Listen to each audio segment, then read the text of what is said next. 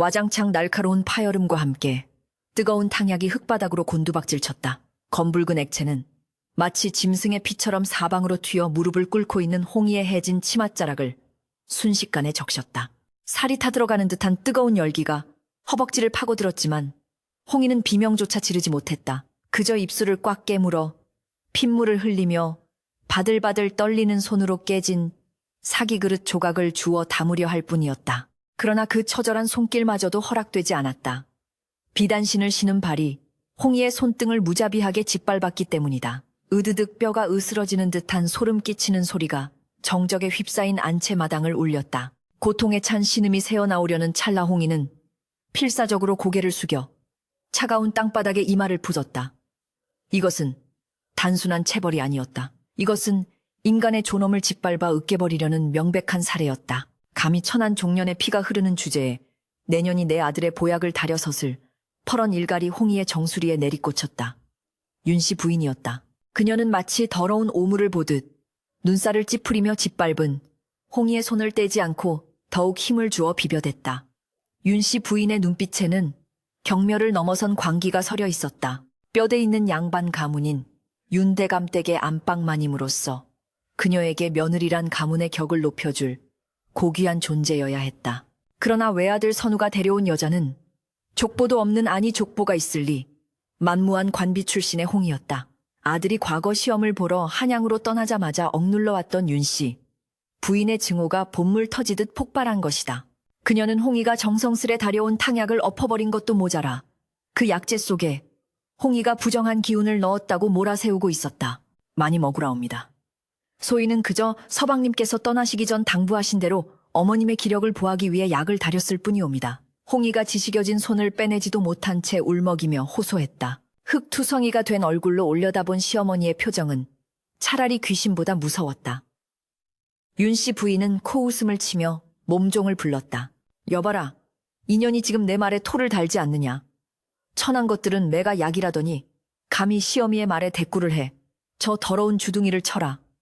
윤씨 부인의 명이 떨어지기가 무섭게 억센 소나기를 가진 하녀들이 홍이에게 달려들었다.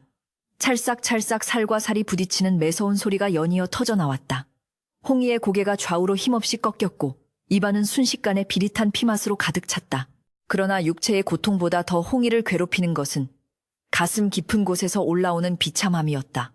선우가 있을 때는 감히 드러내지 못했던 이 집안의 멸시가 그가 떠나자마자 날카로운 발톱을 드러내고 있었다. 홍이의 정신이 아득해지는 와중에도 그녀의 기억은 잠시 현실의 고통을 잊고 선우와 함께했던 따뜻한 시절로 도망쳤다. 본래 홍이는 윤대감 댁의 서책을 관리하던 관비였다. 비록 신부는 미천하였으나 어깨너머로 그를 익혀 사서 삼경을 줄줄 외울 정도로 총명했다.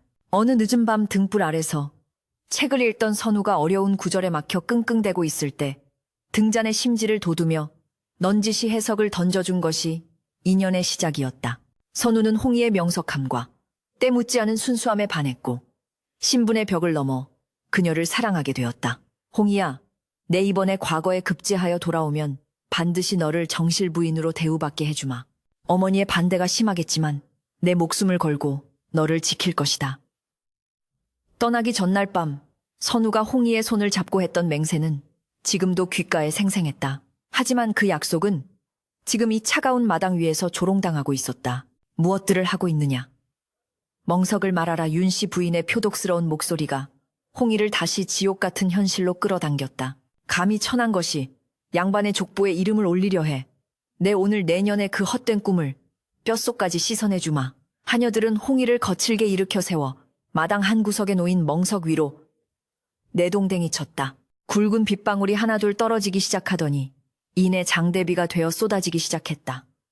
하늘조차 홍이의 처지를 비관하는 듯 검은 먹구름이 집안을 짓누르고 있었다.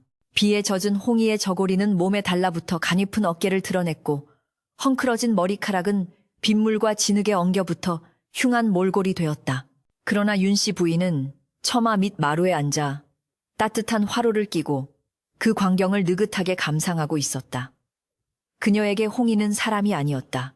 그저 가문의 명예를 더럽히는 얼룩일 뿐이었다. 어머니 진정하시옵소서. 이러다 홍이가 죽기라도 하면 서방님께서 돌아오셨을 때 어찌 감당하시려 합니까? 곁에 있던 유모가 안쓰러운 마음에 조심스레 만류하려 했으나 오히려 윤씨 부인의 화만 돋우고 말았다. 죽어. 천한 목숨은 질긴 법이다. 그리고 선우가 돌아왔을 때 인연이 살아있을 것이라 생각하느냐. 윤씨 부인의 눈빛이 섬뜩하게 빛났다. 그녀는 이미 치밀한 계획을 세워두고 있었다. 아들이 없는 틈을 타 홍희를 내쫓거나 죽게 만든 뒤 병으로 급사했다고 거짓을 고하면 그만이었다. 가문의 대를 이을 며느리는 자신이 직접 고른 명문가의 규수여야만 했다. 윤씨 부인은 하인들에게 몽둥이를 가져오라 명했다. 전연의 뱃속에 혹여라도 더러운 씨가 자라고 있을지 모르니 아랫배를 집중해서 치거라. 그 말은 홍희에게 있어 사형 선고나 다름없었다. 홍희는 본능적으로 몸을 웅크려 배를 감쌌다. 아직 확실하지는 않았지만 며칠 전부터 속이 메스껍고 월경이 끊긴 것이 태기가 있는 듯했다. 선우의 핏줄 이 지옥 같은 곳에서 유일하게 자신을 지탱해줄 희망이자 동시에 가장 큰 약점이 될 생명이었다. 만약 윤씨 부인이 이를 알게 된다면 아이는 태어나기도 전에 죽임을 당할 것이 분명했다. 콱! 둔탁한 몽둥이가 홍희의 등짝을 후려쳤다. 단말마의 비명이 터져 나왔지만 홍희는 이를 악물고 배를 바닥 쪽으로 더욱 밀착시켰다. 쏟아지는 빗줄기 속에서 매질은 계속되었다. 살이 터지고 피가 빗물에 섞여 붉게 흘러내렸지만 윤씨 부인은 멈추라는 명을 내리지 않았다. 오히려 그녀의 입가에는 기괴한 미소가 번지고 있었다. 그것은 자신의 권위에 도전한 존재를 파괴하며 느끼는 희열이었다. 시간이 얼마나 흘렀을까? 매질을 하던 하인들도 지쳐 숨을 몰아쉴 때쯤 윤씨 부인이 손을 들어 제지했다. 그만하면 되었다. 당장 죽여서야 재미가 없지. 그녀는 비틀거리며 일어나는 홍희에게 다가와 싸늘하게 속삭였다. 내일은 제사날이다. 내년이 정말 우리 집안의 며느리라 생각한다면 제청지탱을 청소하고 제수를 준비하거라. 만약 티끌 하나라도 나오거나 부정 타는 일이 생긴다면 그때는 네 발로 이 집을 나가게 될 것이다. 이것은 기회가 아니라 함정이었다. 노비 출신인 홍희가 신성한 제청에 들어가는 것 자체가 불경한 일로 치부되던 시대였다. 그러나 윤씨 부인은 그것을 빌미로 홍희에게 씻을 수 없는 죄를 뒤집어 씌우려는 속셈이었다. 홍희는 흐릿해지는 의식 속에서도 윤씨 부인의 의도를 간파했지만 거부할 힘이 없었다. 그녀는 진흙탕 속에 처박힌 채 간신히 고개를 끄덕였다. 그날 밤 홍희는 찢어진 옷가지를 추스르고 절뚝거리는 다리를 이끌어 제청으로 향했다. 비는 그치지 않고 추적추적 내리고 있었다. 제청 안은 싸늘한 냉기로 가득 차 있었다. 홍희는 걸레를 들어 마룻바닥을 닦기 시작했다. 손톱이 빠질 듯 아프고 온몸이 욱신거렸지만 쉴 수가 없었다. 선우가 돌아올 때까지 어떻게든 살아남아야 했다. 그녀는 조상들의 위패를 바라보며 속으로 빌고 또 빌었다. 조상님들 비록 제 신부는 천하오나 서방님을 향한 제 마음만은 그 누구보다 진심이 옵니다. 부디 저와 제 아이를 지켜주시옵소서. 그러나 홍희의 간절한 기도에도 불구하고 어둠 속에서는 이미 그녀를 파멸시킬 검은 그림자가 움직이고 있었다. 윤씨 부인의 사주를 받은 몸종 하나가 제사상에 올릴 술독에 무언가를 몰래 타고 있었던 것이다. 새벽닭이 울 무렵 제사 준비를 마친 홍희는 기진맥진하여 부엌 구석에 웅크려 잠이 들었다. 그리고 날이 밝자마자 집안을 뒤집어 놓는 비명소리가 들려왔다. 마님 큰일 났습니다. 제청에 변고가 생겼습니다. 윤씨 부인은 기다렸다는 듯이 녹이 띤 얼굴로 안방에서 뛰쳐나왔고 하인들은 우왕좌왕하며 제청으로 몰려갔다. 잠에서 깬 홍희도 불안한 마음에 뒤를 따랐다. 제청문이 열리자 사람들은 경악을 금치 못했다. 조상님께 올릴 정화수 그릇이 엎어져 있었고 가장 중요한 위패에는 붉은 피 같은 액체가 묻어 있었던 것이다. 더욱 충격적인 것은 그 옆에 홍희가 쓰던 걸레가 놓여 있다는 사실이었다. 이런 천벌을 받을 년, 윤씨 부인은 과장된 몸짓으로 뒷목을 잡고 쓰러지는 신협을 했다. 감히 천한 종년이 조상님의 위패에 피칠갑을 해. 이것은 우리 집안을 망하게 하려는 저주다. 모든 시선이 홍희에게 꽂혔다. 그것은 살기에 가까운 증오였다. 홍희는 너무나 억울하여 말이 나오지 않았다. 아닙니다. 저는 결코 그런 짓을 하지 않았습니다. 제가 청소를 마쳤을 때는 아무런 문제도 없었단 말입니다. 홍희가 울부짖으며 바닥에 무릎을 꿇었지만 이미 윤씨 부인이 짜놓은 각본 안에서 그녀의 변명은 공허한 메아리에 불과했다. 윤씨 부인은 차갑게 식은 눈으로 홍희를 내려다보며 선언했다. 조상을 욕보인 죄는 죽음으로도 갚지 못한다. 여봐라. 당장 인연을 광에 가두어라. 내일 날이 밝는 대로 멍석마리를 하여 동네 밖으로 내다 버릴 것이다. 하인들이 달려들어 홍희의 팔을 낚아챘다. 끌려가면서 홍희는 보았다. 윤씨 부인의 뒤에 서 있던 몸종이 회심의 미소를 짓고 있는 것을. 어두컴컴한 광에 갇힌 홍희는 차가운 흙바닥에 주저앉아 하염없이 눈물을 흘렸다. 빗소리는 여전히 멈추지 않고 지붕을 때리고 있었다. 배가 고프고 추웠지만 그보다 더 견디기 힘든 것은 억울함이었다. 그녀가 가진 것이라고는 선우에 대한 사랑과 뱃속의 아이뿐이었는데 세상은 그마저도 허락하지 않으려 했다. 문틈으로 들어오는 희미한 빛만이 그녀의 유일한 위로였다. 그때 광문이 삐그덕 소리를 내며 열렸다. 윤씨 부인이 들어온 것이 아니었다. 낯선 여인이 화려한 비단옷을 입고 오만하게 홍희를 내려다보고 있었다. 그녀는 윤씨 부인이 며느리감으로 점찍어둔 최대감 댁의 딸 최씨였다. 네가 그 대단한 사랑을 받는다는 계집이냐? 최씨의 목소리에는 비웃음이 가득했다. 꼴을 보니 사랑이 아니라 동정이었겠구나. 걱정 마라. 오라버니는 내가 잘 모실 테니 너는 그만 사라져주는 게 도리일 것이다. 최 씨는 홍희의 앞에 밥 한 덩이를 툭 던져주고는 뒤도 돌아보지 않고 나가버렸다. 진흙투성이 밥덩이. 그것은 홍희의 처지와 꼭 닮아 있었다. 홍희는 밥덩이를 멍하니 바라보다가 천천히 손을 뻗었다. 살아야 했다. 무슨 수를 써서라도 살아서 이 치욕을 갚아주고 선우를 다시 만나야 했다. 그녀는 흙이 묻은 밥을 입에 넣고 꾸역꾸역 씹어 삼켰다. 목이 메어왔지만 눈물과 함께 삼켰다. 뱃속의 아이가 꿈틀거리는 듯했다. 어둠 속에서 홍희의 눈빛이 달라지기 시작했다. 더 이상 순종적이고 착한 며느리로만 남지 않겠다는 도끼가 그녀의 검은 눈동자 깊은 곳에서 피어오르고 있었다. 비록 지금은 갇혀있는 신세지만 그녀는 알고 있었다. 이 비가 그치면 언젠가 해가 뜰 것이고 그때는 반드시 진실이 밝혀질 것이라고. 하지만 지금 그녀를 기다리고 있는 것은 내일의 처형, 그리고 더욱 가혹한 운명의 소용돌이였다.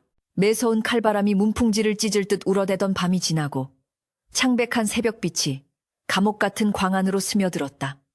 홍희는 집더미 위에서 쪽잠을 자다 화들짝 놀라 눈을 떴다. 온몸이 얼음장처럼 차가웠으나 뱃속 깊은 곳에서 느껴지는 미미한 온기만이 그녀가 아직 살아있음을 증명하고 있었다. 끼익! 녹슨 경첩이 비명을 지르며 광문이 열렸다. 눈부신 아침 햇살과 함께 들이닥친 것은 죽음을 알리는 망나니가 아니라 표정 없는 하녀들이었다. 일어나거라. 마님께서 너를 살려두기로 하셨다.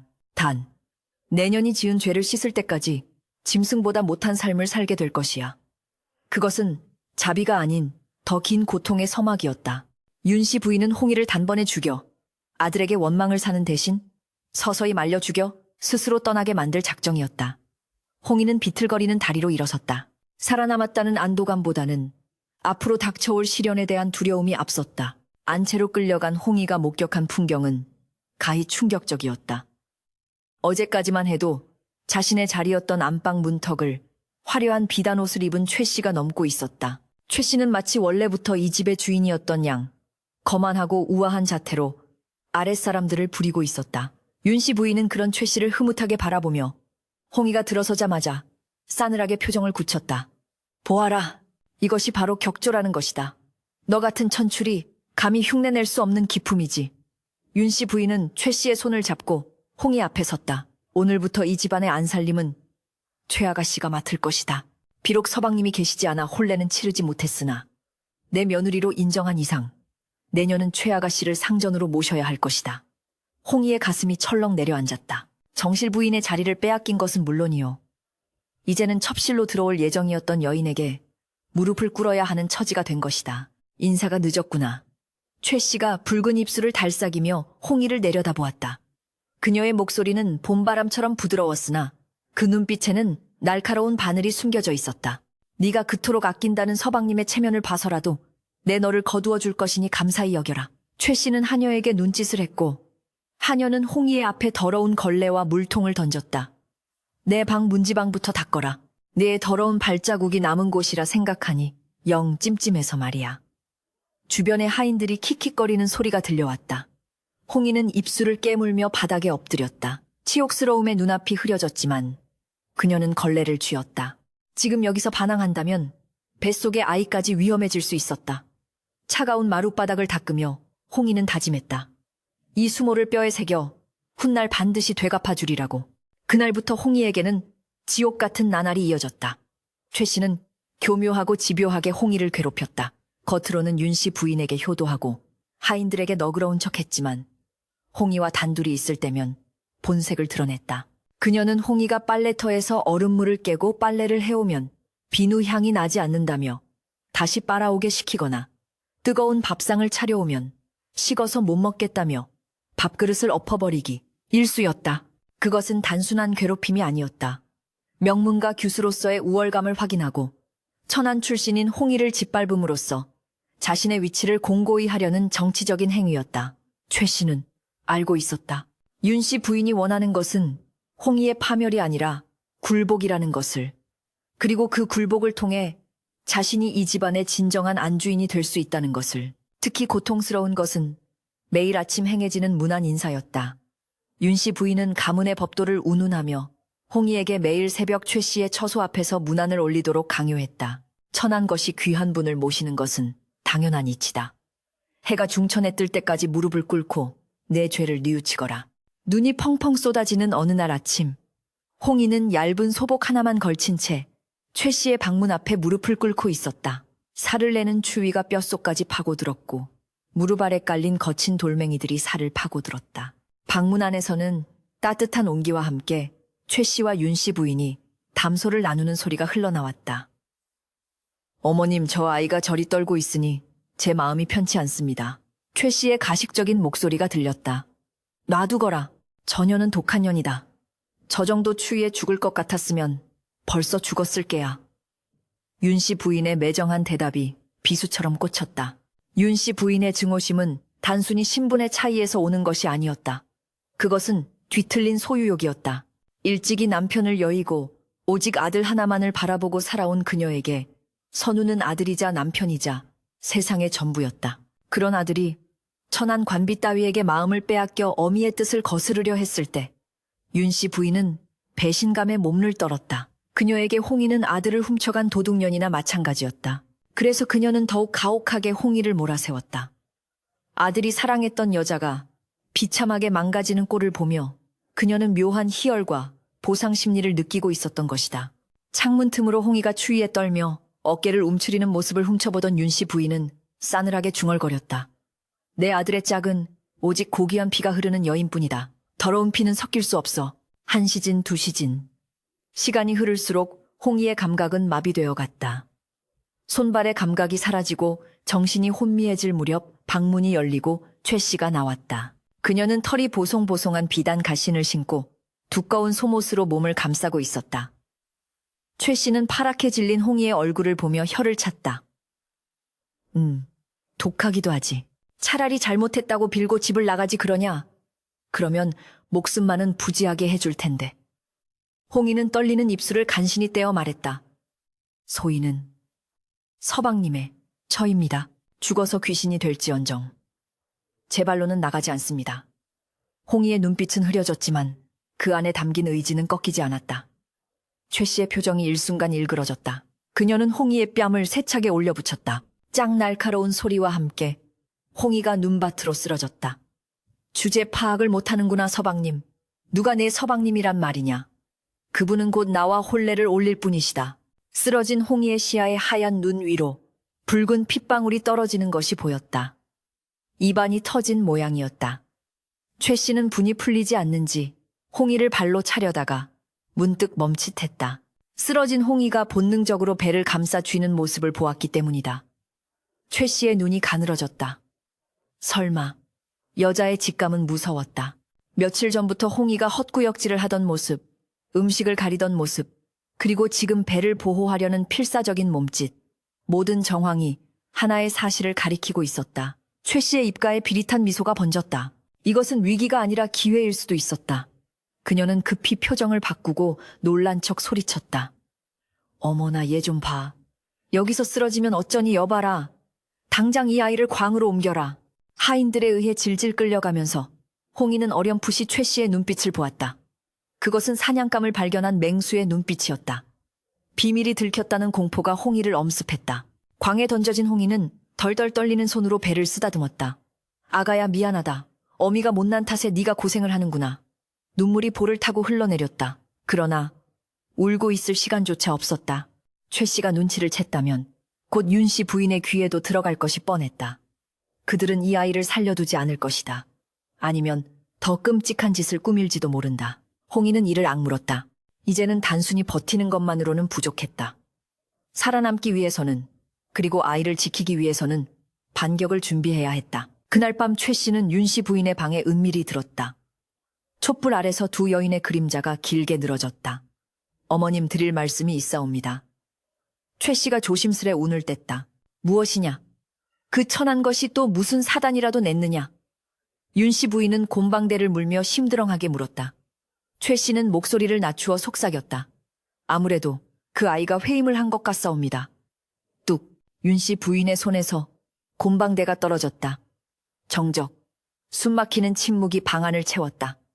윤 씨 부인의 눈동자가 격렬하게 흔들렸다.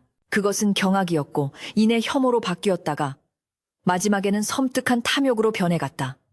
회임이라. 윤 씨 부인이 중얼거렸다. 천안밭에서 난 싹이라도 씨는 우리 윤 가문의 것이 아니더냐.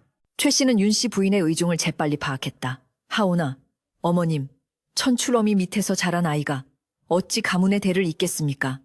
게다가 서방님께서 돌아오시면 그 아이 때문에 저 천한 것을 내치기도 어려울 것입니다. 최 씨의 말에 윤 씨 부인은 고개를 끄덕였다. 내 말이 옳다. 허나 우리 윤 대감댁의 핏줄을 함부로 없앨 수도 없는 노릇이지. 두 여인의 눈빛이 허공에서 얽혔다. 서로 다른 욕망을 품고 있지만 목적은 하나였다. 홍이를 제거하는 것. 그때 최 씨가 묘한 제안을 던졌다. 어머님 뻐꾸기라는 새를 아시옵니까? 남의 둥지에 알을 낳아 기르게 한다지요. 만약 그 아이를 제가 낳은 것으로 한다면 어떠하시겠습니까? 윤 씨 부인의 눈이 번뜩였다. 상상조차 못한 제안이었지만 묘하게 구미가 당기는 말이었다. 천한 어미는 죽이고 고귀한 핏줄인 아이만 취하여 최 씨의 자식으로 키운다. 그러면 가문의 혈통도 지키고 눈의 가시 같은 홍이도 처리할 수 있었다. 구체적인 방도가 있느냐? 윤 씨 부인이 몸을 앞으로 기울였다. 최 씨는 비단 치마폭에서 작은 약봉지 하나를 꺼냈다. 이것은 태아를 살찌우되 어미의 기운을 갉아먹는 비방의 약입니다. 이것을 먹이면 아이는 건강하게 자라겠지만 어미는 출산과 동시에 기력이 다해 숨을 거두게 될 것입니다. 밖에는 산후병으로 죽었다 하면 그만이지요. 잔인하고도 치밀한 계획이었다. 비단옷 속에 감춰진 독바늘이 마침내 그 실체를 드러낸 것이다. 윤 씨 부인의 입가에 잔혹한 미소가 번졌다. 역시 내가 사람을 제대로 보았구나. 그리하자 내일부터 당장 시행하도록 해라. 한편 차가운 광 안에서 홍이는 잠 못 이루고 있었다. 밖에서 들려오는 부엉이 울음소리가 마치 자신의 운명을 예고하는 듯 처량하게 들렸다. 그녀는 품속에서 선우가 과거를 보러 떠나기 전 선물해준 작은 옷가락지를 꺼내 들었다. 달빛에 비친 옷가락지는 영롱하게 빛나고 있었다. 서방님, 어디 계시옵니까? 너무나 보고 싶습니다. 홍이는 가락지를 가슴에 품고 흐느꼈다. 하지만 그녀는 몰랐다. 지금 이 순간 자신과 아이를 향한 가장 끔찍한 음모가 시작되고 있다는 것을.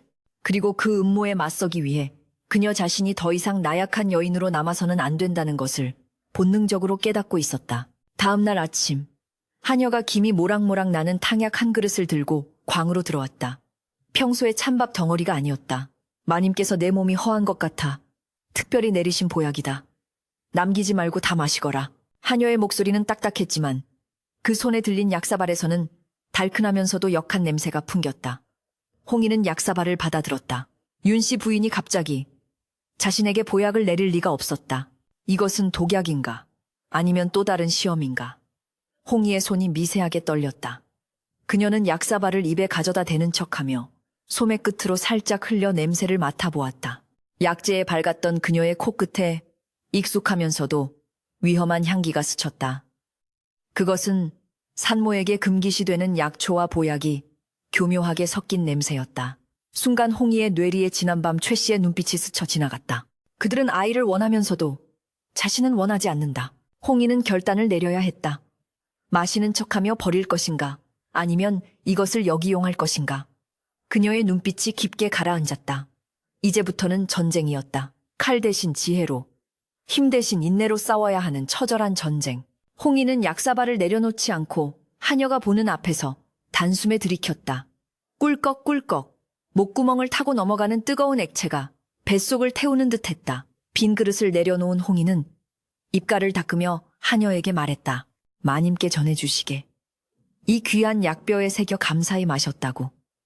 하녀가 나가자마자 홍이는 구석으로 달려가 손가락을 목구멍 깊숙이 찔러 넣었다. 우에 검은 약물이 바닥에 쏟아졌다. 그녀는 토사물을 흙으로 덮으며 거친 숨을 몰아쉬었다. 살아남을 것이다. 기어이 살아남아 이 끔찍한 집안의 가면을 벗겨버릴 것이다. 홍이의 눈동자가 어둠 속에서 형형하게 빛났다. 계절의 수레바퀴는 무심하게도 잘만 굴러가 어느새 살을 내는 찬바람 대신 훈훈한 봄 기운이 감돌기 시작했다. 마당의 매화나무 가지마다 팝콘처럼 하얀 꽃망울이 터졌지만 홍이가 갇혀 지내는 별채의 작은 쪽방에는 여전히 한겨울의 냉기만이 가득했다.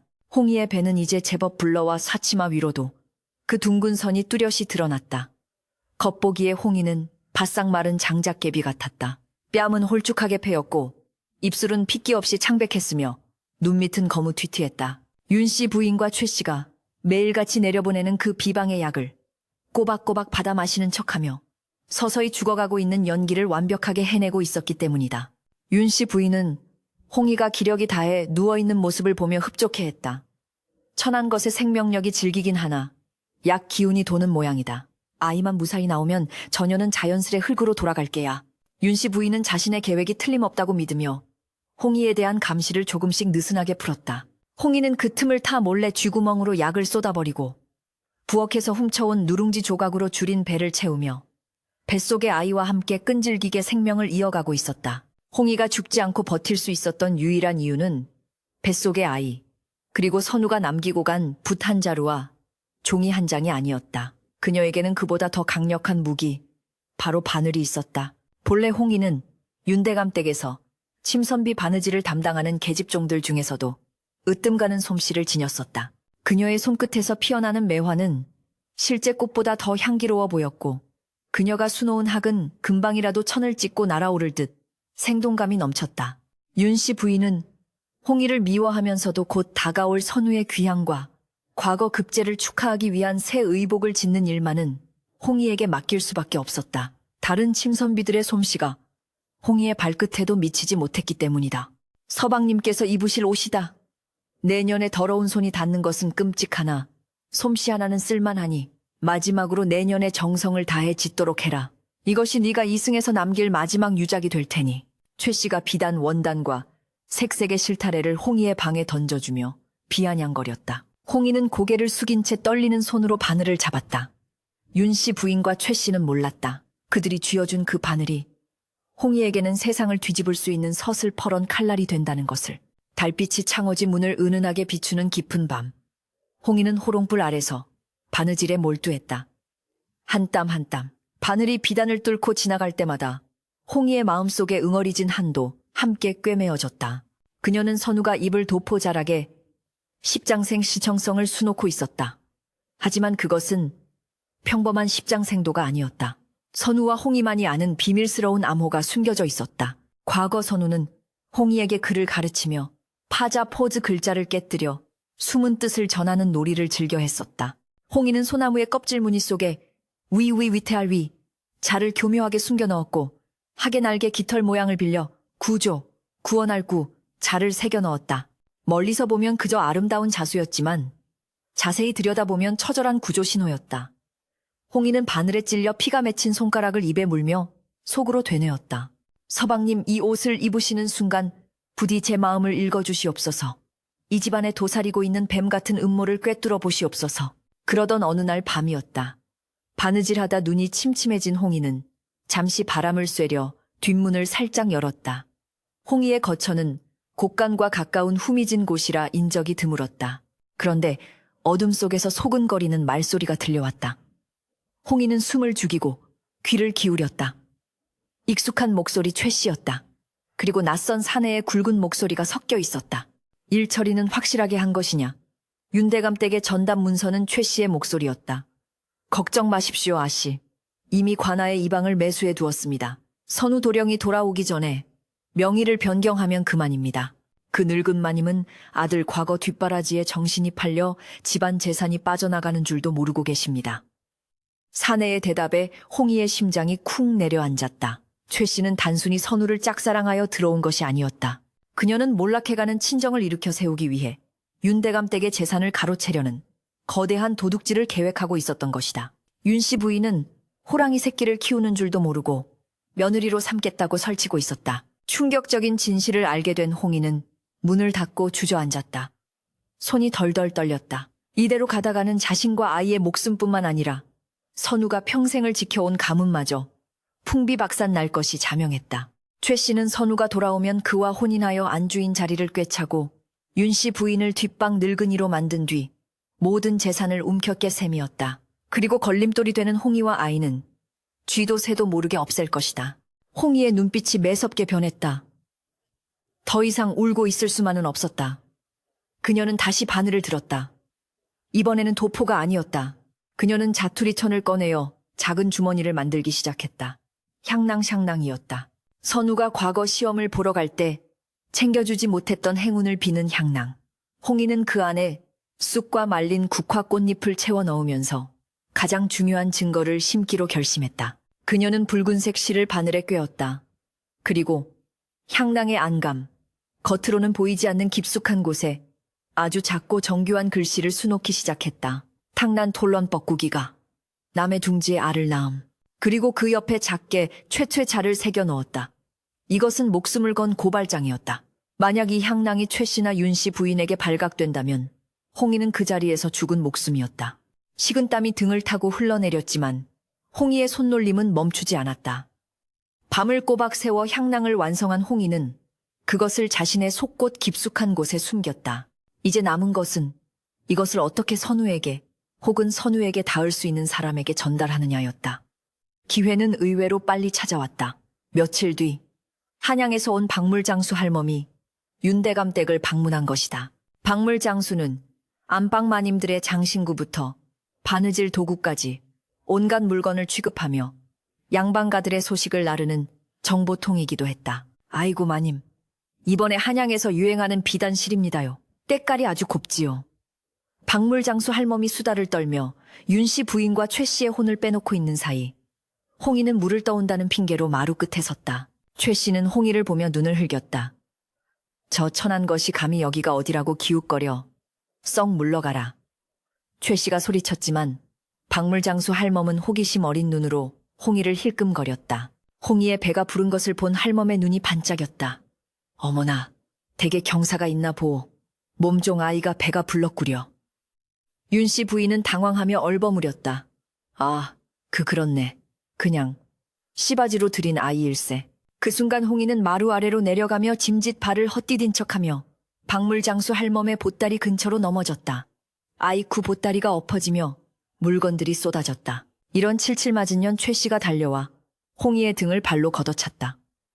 아수라장이 된 틈을 타 홍희는 품속에 숨겨두었던 향낭을 쏟아진 실타래, 뭉치 속에 슬쩍 밀어넣었다. 그리고 박물장수 할멈과 눈이 마주쳤다. 찰나의 순간 홍희는 간절한 눈빛으로 할멈을 응시하며 입모양으로 말했다. 서방님, 선우 도령님께. 박물장수 할멈은 산전수전 다 겪은 눈치 구단의 장사치였다. 그녀는 홍희의 절박한 눈빛과 멍투성이인 팔목, 그리고 미묘하게 떨리는 손끝을 놓치지 않았다. 게다가 쏟아진 물건을 주워 담는 척하며 홍희가 밀어넣은 향낭의 감촉을 손끝으로 느꼈다. 할멈은 아무 일도 없었다는 듯 너스레를 떨며 홍희를 일으켜 세웠다. 아이고, 한 몸도 아닌데 조심해야지. 내가 물건을 다시 정리할 테니 마님들은 걱정 마시우. 할멈은 능숙한 손놀림으로 향낭을 자신의 소매 속으로 감쪽같이 숨겼다. 이만 가보겠습니다. 한양에 올라가면 댁의 도령님 소식도 한번 알아보리다. 박물장수 할멈이 의미심장한 미소를 남기고 대문을 나섰다. 홍희는 멀어지는 할멈의 뒷모습을 보며 가슴을 쓸어내렸다. 심장이 터질 듯 쿵쾅거렸다. 주사위는 던져졌다. 이제 홍이가 할 수 있는 일은 버티는 것뿐이었다. 그러나 최 씨의 의심은 그리 쉽게 거두어지지 않았다. 최 씨는 홍이가 넘어질 때의 부자연스러운 동작과 박물장수, 할멈의 미묘한 태도 변화를 예민하게 감지했다. 어머니, 전현이 방금 뭔가 수상쩍지 않았습니까? 왠지 박물장수에게 뭔가를 건넨 것 같은 느낌이 듭니다. 최 씨의 말에 윤 씨 부인의 안색이 변했다. 뭐라 감히 내 집 안에서 첩보질을 해. 윤 씨 부인은 즉시 하인들을 풀어 박물장수를 뒤쫓게 하려 했으나 최 씨가 말렸다. 아닙니다. 섣불리 건드렸다가는 소문만 나빠질 수 있습니다. 대신 전현의 방을 샅샅이 뒤져보지요. 만약 딴 마음을 품은 증거가 나온다면 그때는 아이가 태어나기 전이라도 뱃속의 씨를 꺼내버리면 그만입니다. 최 씨와 하녀들이 홍이의 쪽방으로 들이닥쳤다. 그들은 홍이의 이불을 뒤집고 바느질함을 쏟아부으며 이 잡듯이 방을 뒤졌다. 홍이는 구석에 웅크려 그 광경을 지켜보았다. 공포로 온몸이 떨렸지만 한편으로는 안도했다. 가장 중요한 향낭은 이미 떠났기 때문이다. 아무것도 없습니다. 아씨, 하녀의 보고에 최 씨는 분이 풀리지 않는지 홍이의 뺨을 후려쳤다. 내년이 무슨 꿍꿍인지 모르겠지만 허튼 수작 부릴 생각 마라. 내 눈은 속여도 하늘은 못 속인다. 최 씨는 홍이가 수놓고 있던 선우의 도포를 집어들었다. 이 옷도 내가 검사할 것이다. 혹시라도 저주를 퍼붓는 문양이라도 새겨 넣었을지 모르니. 최 씨는 도포를 들고 나가버렸다. 홍이는 아랫입술을 피가 나도록 깨물었다. 그 도포에 숨겨진 위, 왜, 와, 구조, 자를 최 씨가 알아볼까? 아니 그녀는 그를 모른다. 화려한 겉모습에만 집착하는 최 씨의 눈에는 그저 아름다운 무늬로만 보일 것이다. 그날 밤 홍이는 꿈을 꾸었다. 거대한 흙탕물 속에서 허우적거리는 자신을 향해 선우가 손을 뻗는 꿈이었다. 하지만 선우의 뒤에는 검은 그림자가 칼을 들고 서 있었다.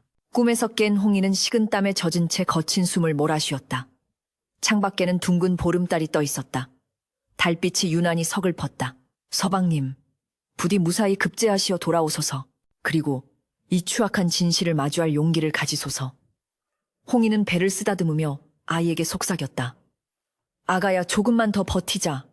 아버지가 오고 계신다. 분명 우리를 구하러 오고 계셔. 한편 한양으로 향하는 고갯길. 박물장수 할멈은 주막에 들러 짐을 풀었다. 그녀는 호롱불 아래서 홍이가 건넨 향낭을 꺼내보았다. 꼬깃꼬깃해진 향낭에서는 은은한 쑥 냄새가 났다. 할멈은 향낭을 뒤집어 안쪽을 들여다보았다. 침침한 눈을 비비며 자세히 보니 깨알 같은 글씨가 수놓아져 있었다. 글을 모르는 할멈이었지만 그 붉은 실땀에서 느껴지는 여인의 한 맺힌 절규는 읽을 수 있었다. 애구구 추춧. 양반네 기와집 지붕 아래서 또 무슨 사단이 났구먼.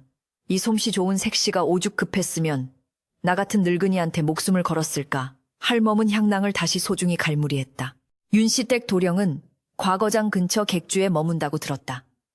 할멈은 내일 날이 밝는 대로 그 객주를 찾아가리라 마음먹었다. 그것이 단순한 심부름이 아니라 한 사람의 인생을, 아니 세 사람의 운명을 가를 중대한 발걸음임을 직감하면서 바람이 거세지고 있었다. 폭풍전야와도 같은 고요함이 윤대감 댁을 감싸고 돌았다. 최 씨는 훔쳐낸 땅 문서를 안고 탐욕스러운 미소를 짓고 있었고 윤 씨 부인은 태어날 손주를 안아볼 생각에 헛된 꿈을 꾸고 있었으며 홍이는 어둠 속에서 칼을 가는 심정으로 새벽을 기다리고 있었다. 그리고 저 멀리 한양 땅에서는 장원급제의 낭보와 함께 한 사내가 말머리를 돌리고 있었다. 그의 허리춤에는 왕이 하사한 마패가 묵직하게 자리 잡고 있었다. 하지만 그가 집으로 돌아오는 길은 꽃길이 아니라 피비린내 나는 심판의 길이 될 터였다. 둥둥둥 꽹과리와 북소리가 요란하게 울려 퍼지며 윤대감 댁의 높은 담장을 넘어 마을 어귀까지 메아리쳤다.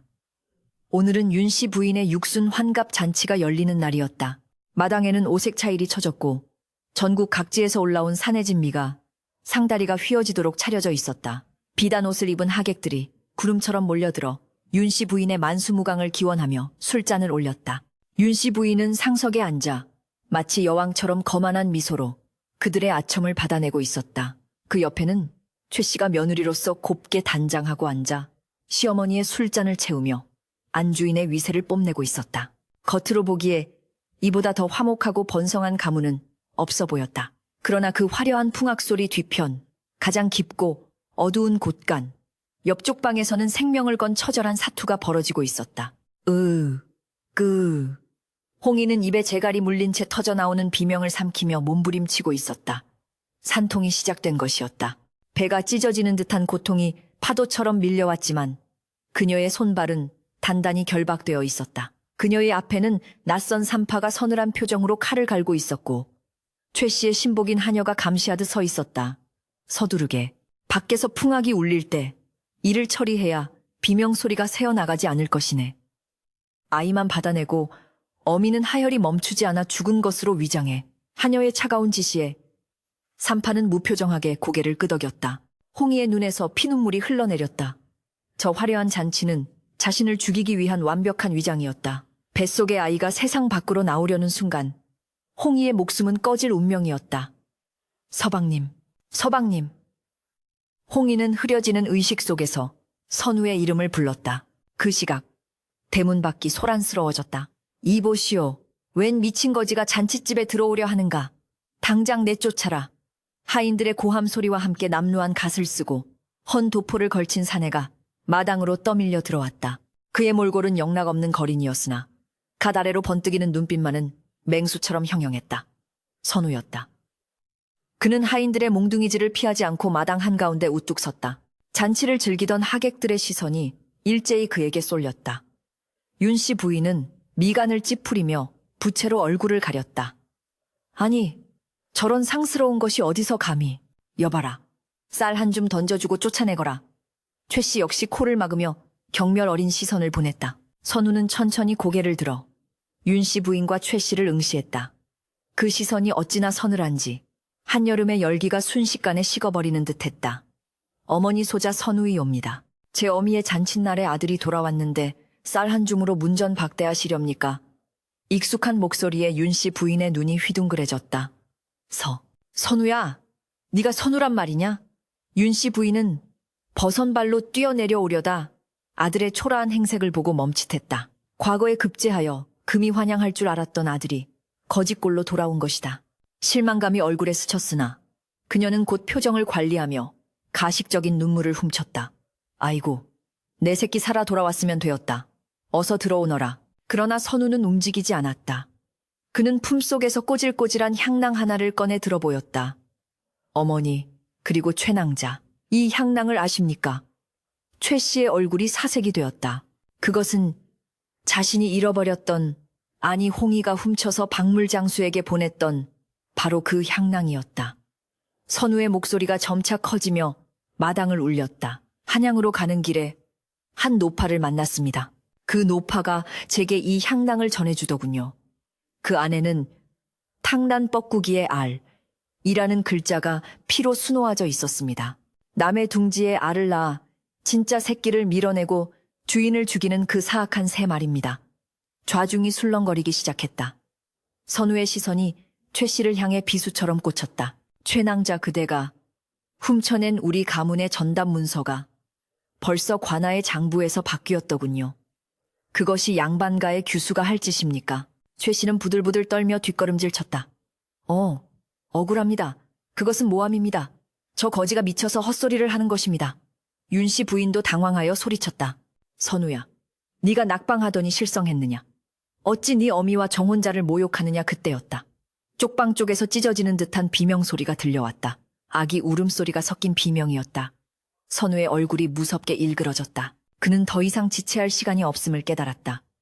선우는 허리춤에 감춰두었던 낡은 도포자락을 거칠게 젖혔다. 그 속에서 찬란한 황금빛이 뿜어져 나왔다. 암행어사 출두야. 천둥 같은 외침과 함께 대문이 박살나듯 열리며 몽둥이를 든 역졸들이 물밀듯이 들이닥쳤다. 암행어사 출두야. 죄인들은 썩 나와 엎드려라. 순식간에 잔치집은 아수라장이 되었다.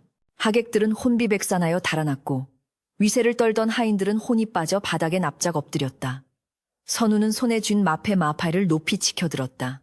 5마리의 말이 새겨진 마패가 햇빛을 받아 눈부시게 빛났다. 윤 씨 부인은 다리에 힘이 풀려 주저앉았고 최 씨는 입을 떡 벌린 채 경악했다. 거지인 줄 알았던 아들이 왕의 특명을 받은 암행어사가 되어 돌아온 것이다. 저쪽 방을 쳐라. 당장 문을 부수고 사람을 구하라. 선우의 명예 역졸들이 쪽방으로 달려갔다. 쾅! 문짝이 떨어져 나가고 핏물 흥건한 방 안에 참혹한 광경이 드러났다. 산파는 갓 태어난 핏덩이를 든 채 굳어버렸고 홍이는 피투성이가 된 채 실신해 있었다. 선우는 단숨에 달려가 홍이를 끌어안았다. 홍이야, 홍이야, 내가 왔다. 눈을 떠보거라. 홍이의 눈꺼풀이 파르르 떨렸다. 그녀는 희미하게 눈을 뜨고 선우의 얼굴을 확인하자 안도감에 젖은 눈물을 흘리며 다시 정신을 잃었다. 선우는 피 묻은 아내를 안고 마당으로 걸어 나왔다. 그의 눈에서 흐르는 눈물은 슬픔이 아니라 끓어오르는 분노였다. 선우는 대청마루에 홍이를 눕히고 죄인들을 꿇어앉혔다. 윤씨 부인과 최씨, 그리고 그들을 도운 하인들이 포승줄에 묶여 마당에 무릎을 꿇었다. 선우는 관복으로 갈아입지 않았다. 홍이가 지어준 위외, 와, 구가 수놓아진 그 도포를 입은 채 심판의 자리에 섰다. 어머니, 제가 입은 이 옷을 보십시오. 아내가 피 묻은 손가락으로 한 땀 한 땀 수놓으며 살려달라고 비명을 지를 때 어머니는 무엇을 하고 계셨습니까? 윤씨 부인은 고개를 들지 못하고 바들바들 떨기만 했다. 가문을 위해서였다. 천한 피가 섞이는 것을 막고 널 위해서. 그녀가 기어들어가는 목소리로 변명했다. 가문이라 하셨습니까? 선우가 호통쳤다. 사람의 탈을 쓰고 짐승만도 못한 짓을 하는 것이 가문입니까? 며느리를 짐승처럼 가두고 뱃속의 손주를 빼앗아 어미를 죽이려 한 것이 어머니가 말씀하시는 그 고귀한 양반의 법도입니까? 선우의 일갈은 윤씨 부인의 뼈를 때렸다. 그리고 최씨 너는 탐욕에 눈이 멀어 남의 가산을 가로채고 살인까지 교사하였다. 내 죄는 능지처참을 당해도 모자랄 것이다. 선우가 던진 증거물들, 최씨가 빼돌린 땅 문서와 독약 봉지가 마당에 흩뿌려졌다. 최씨는 악을 쓰며 발악했다. 이건 모함이야. 천한 종년이 꾸민 짓이라고. 나는 명문가의 딸이다. 너희들이 감히 나를 심판할 수 없어. 그러나 역졸들이 최씨의 입을 틀어막고 곤장을 치기 시작하자 그녀의 오만함은 비명으로 바뀌었다. 매우 쳐라. 저 여인의 도끼가 빠질 때까지 쳐라. 곤장 소리가 마당을 울릴 때마다 구경하던 마을 사람들은 통쾌함에 혀를 내둘렀다. 윤씨 부인은 자신의 며느리감이라 자랑하던 최씨가 피떡이 되도록 맞는 꼴을 보며 공포에 질려 실금하고 말았다. 그녀가 평생 지켜오려 했던 체면과 위신이 오물과 함께 바닥으로 떨어지는 순간이었다. 선우는 윤씨 부인 앞으로 다가갔다. 그는 차마 어머니에게 곤장을 칠 수는 없었다. 그것이 자식된 마지막 도리였다. 대신 그는 더욱 가혹한 형벌을 내렸다. 어머니 국법에 따라 살인교사죄는 참수형에 해당하나 자식이 어미를 죽일 수는 없는 법. 허나 오늘부로 어머니는 제 어머니가 아니십니다. 윤씨 부인이 고개를 번쩍 들었다. 그게 무슨 소리냐, 선우야. 선우는 차갑게 돌아섰다. 이 집안의 모든 권한을 박탈하고 어머니를 별채에 유폐할 것입니다. 죽는 날까지 단 한 발자국도 세상 밖으로 나오지 못할 것이며 저 또한 다시는 어머니를 찾지 않을 것입니다. 이것이 아들로서 드릴 수 있는 마지막 자비이자 벌입니다. 안 된다. 선우야, 나를 버리지 마라. 내가 잘못했다. 윤씨 부인이 울부짖으며 선우의 바짓가랑이를 잡았지만 선우는 매몰차게 뿌리쳤다. 권력과 명예만을 쫓던 윤씨 부인에게 잊혀진 존재가 되어 고립되는 것은 죽음보다 더한 고통일 터였다. 하인들이 윤씨 부인을 끌고 나갔다. 화려했던 잔치상은 엎어졌고 오색 차일은 찢겨 나갔다. 마당에는 죄인들의 신음소리와 역졸들의 고함소리만이 남았다. 모든 심판이 끝나고 선우는 다시 홍이 곁으로 돌아왔다. 의원의 응급처치를 받은 홍이가 간신히 눈을 떴다. 그녀의 품에는 갓 태어난 아기가 꼼지락거리고 있었다. 서방님, 홍이의 목소리는 갈라지고 약했으나 그 어느 때보다 편안해 보였다. 선우는 홍이의 손을 잡고 눈물을 떨어뜨렸다. 미안하다, 홍이야. 너무 늦게 와서 미안하다. 이제 다 끝났다. 아무도 너를 해치지 못할 것이다. 선우의 뜨거운 눈물이 홍이의 손등 위로 떨어져 그동안 그녀가 흘렸던 피눈물을 씻어내고 있었다. 비가 내리기 시작했다. 일장의 그날처럼 차갑고 매서운 비가 아니라 대지의 묵은 때를 씻어내고 새싹을 틔우는 따뜻한 봄비였다. 비는 마당에 낭자한 핏자국을 씻어내고 윤대감댁의 썩은 기운을 씻어내고 있었다. 홍이는 빗소리를 들으며 선우의 품에서 깊은 잠에 빠져들었다. 악몽은 끝났다. 이제 그녀 앞에는 서방님과 아이와 함께할 새로운 아침만이 기다리고 있었다. 그러나 가문의 법도와 세상의 편견이 완전히 사라진 것은 아니었다. 그들이 진정한 행복을 찾기 위해서는 무너진 폐허 위에서 다시 집을 짓는 수고로움이 필요할 것이다. 계절은 어김없이 흘러 피비린내 나던 잔혹한 봄이 가고 그 자리에 눈부시게 푸른 녹음이 우거진 여름이 찾아왔다. 윤대감 댁의 넓은 마당에는 더 이상 고통에 찬 비명이나 서슬퍼런 호통 소리가 들리지 않았다. 대신 처마, 밑둥지에서 지저귀는 제비 소리와 안채에서 흘러나오는 아기 웃음소리가 그 빈자리를 따스하게 채우고 있었다. 빗물에 씻겨 내려간 핏자국 위로 새살이 돋듯 집안은 서서히 활기를 되찾아가고 있었다. 그러나 그 평화는 거저 얻어진 것이 아니었다.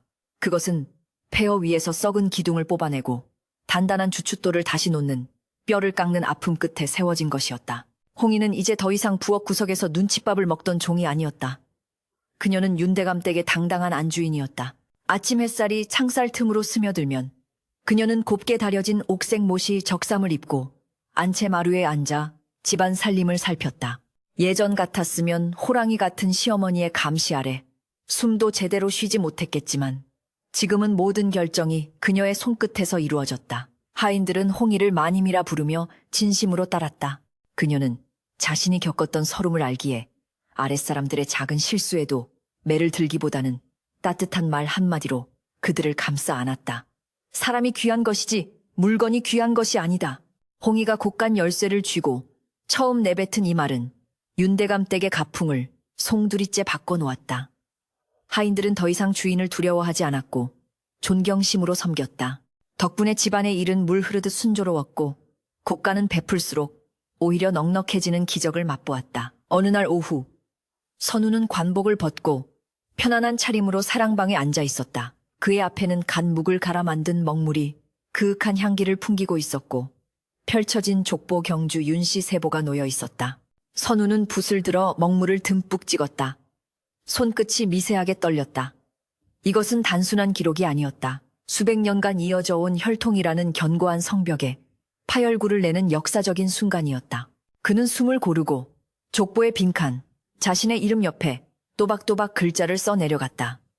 배패 정경부인 홍씨 찐징풀은 홍씨, 노비 출신인 홍이의 성과 이름을 정실 부인의 자리에 올리는 것이었다. 붓끝이 종이 위를 달릴 때마다 선우의 가슴 속에 맺혀있던 응어리도 하나둘 풀려나갔다. 서방님, 정말 그래도 되겠습니까? 문 밖에서 홍이의 조심스러운 목소리가 들렸다. 홍이는 찻상을 들고 들어와 선우의 곁에 앉았다. 세상이 손가락질할 것입니다. 족보에 먹칠을 했다고, 가문의 격을 떨어뜨렸다고 비웃을 것입니다. 선우는 붓을 내려놓고 홍이의 거친 손을 두 손으로 감싸 쥐었다. 홍이야, 보거라. 이 종이 위에 적힌 것은 먹물일 뿐이지만 네가 내게 보여준 사랑과 희생은 붉은 피보다 진하고 금석보다 단단하다.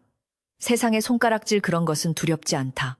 내게 가장 두려운 것은 너와 우리 아이를 지키지 못해 또다시 피눈물을 흘리게 하는 것이다.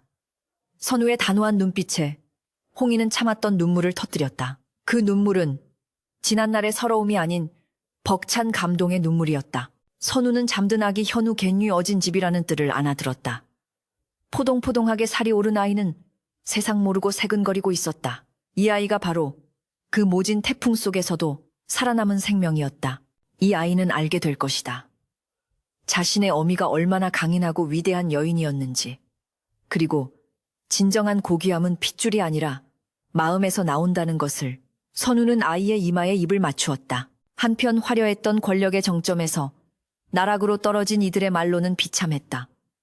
탐욕에 눈이 멀어 살인을 교사했던 최 씨는 관비로 전락하여 머나먼 섬으로 유배를 떠났다. 양반가의 규수로서 손에 물 한 방울 묻히지 않고 살았던 그녀에게 거친 파도와 싸우며 전복을 따고 해초를 말려야 하는 관비의 삶은 죽음보다 더한 형벌이었다. 들리는 소문에 의하면 그녀는 매일 밤바다를 향해 자신의 신세를 한탄하며 울부짖다가 결국 실성하여 미친 여자 취급을 받으며 살고 있다고 했다. 남의 눈에 피눈물을 내게 한 자는 결국 자신의 눈을 뽑아버리는 고통을 겪게 된다는 인과응보의 표본이었다. 그리고 윤씨 부인, 그녀는 집안 가장 깊숙한 별채에 유폐되어 있었다. 선우는 그녀를 죽이지 않았지만 세상과의 모든 소통을 단절시켰다. 하인들은 하루 2번 개구멍 같은 작은 문으로 밥상을 밀어 넣을 뿐 아무도 그녀와 말을 섞지 않았다. 화려한 비단옷 대신 무명옷을 입고 곰방대 대신 묵주를 쥐게 되었지만 그녀의 마음속 지옥은 끝나지 않았다. 내 손주, 우리 윤 가문의 핏줄. 윤 씨 부인은 문틈으로 들려오는 아기 웃음소리에 귀를 기울이며 벽을 긁어댔다. 자신이 그토록 죽이려 했던 그 아이가 이제는 유일하게 보고 싶은 희망이 되어버린 아이러니. 하지만 그녀는 영원히 그 아이를 안아볼 수 없을 것이다. 그것은 스스로 자초한 고독이었고 탐욕이 낳은 비극적인 결말이었다. 어느 맑은 가을날 홍이는 아이를 업고 별채 앞을 지나가게 되었다. 굳게 닫힌 문 안에서 쿨럭거리는 기침 소리가 들렸다. 홍이는 잠시 발걸음을 멈추었다. 증오와 원망이 서려야 마땅할 곳이었지만 홍이의 눈에는 쓸쓸한 연민이 스쳤다. 아가야, 저기에 할머니가 계신다. 비록 우리를 아프게 하셨지만 너의 아버지를 낳아주신 분이다. 미워하는 마음은 여기 두고 가자.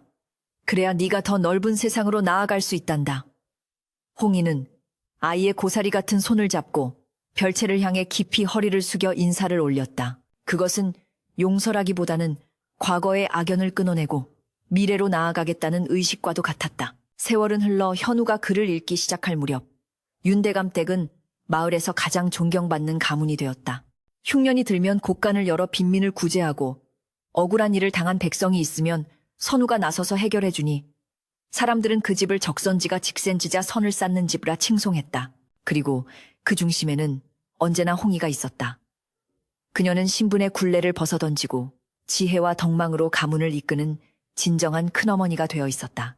어느 날 밤 선우와 홍이는 마당의 평상에 나란히 앉아 보름달을 올려다보고 있었다. 달빛은 공평하게 세상 모든 곳을 비추고 있었다. 기와집 지붕 위에도 초가집 지붕 위에도 그리고 이름 없는 들꽃 위에도. 선우가 홍이의 어깨를 감싸며 말했다. 부인 기억하오. 그 옛날 비 오던 날 당신이 내게 건네준 우산을. 홍이가 미소 지으며 답했다. 어찌 있겠습니까? 그 우산 하나가 제 인생을, 그리고 서방님의 인생을 바꿀 줄은 꿈에도 몰랐습니다. 선우는 고개를 저었다. 아니요. 우산이 바꾼 것이 아니라 그 우산을 씌워주던 당신의 고운 마음이 우리를 여기로 이끈 것이요. 진흙탕 속에서도 맑게 피어나는 연꽃처럼 당신은 그 모진 시련 속에서도 향기를 잃지 않았소. 선우의 말에 홍이는 가만히 그의 가슴에 머리를 기대었다. 그녀의 손에는 여전히 바느질 자국으로 인한 굳은 살이 박혀 있었지만 그 손은 이제 세상에서 가장 아름답고 강한 손이었다. 바람이 불어와 마당의 대나무 숲을 흔들었다. 사각거리는 소리가 마치 지나간 날들의 아픔을 씻어주는 자장가처럼 들렸다. 홍이는 눈을 감고 생각했다. 핏줄이라는 것은 타고나는 것이지만 품격이라는 것은 만들어가는 것이라고. 비록 천한 노비의 자식으로 태어났으나 그녀는 스스로의 힘으로 운명을 개척하고 사랑을 지켜냈다. 그리고 증명해 보였다. 인간의 가치는 어디서 태어났느냐가 아니라 어떻게 살아가느냐에 달려있다는 것을 달빛 아래 두 그림자가 하나로 포개졌다. 그들의 그림자는 더 이상 양반과 노비의 것이 아니었다. 그저 서로를 아끼고 사랑하는 지아비와 지엄이, 그리고 한 아이의 부모로서 완전한 하나였다. 먼 훗날 사람들은 이 집안의 이야기를 전설처럼 이야기할 것이다. 피보다 진한 사랑으로 편견의 벽을 넘고 진정한 고귀함을 꽃피운 한 여인의 이야기를. 대청마루 처마 끝에 매달린 풍경이 청아한 소리를 내며 울렸다. 댕그랑 댕그랑. 그 소리는 마치 낡은 시대를 보내고 새로운 시대를 알리는 희망의 종소리처럼 밤하늘 멀리 퍼져나갔다.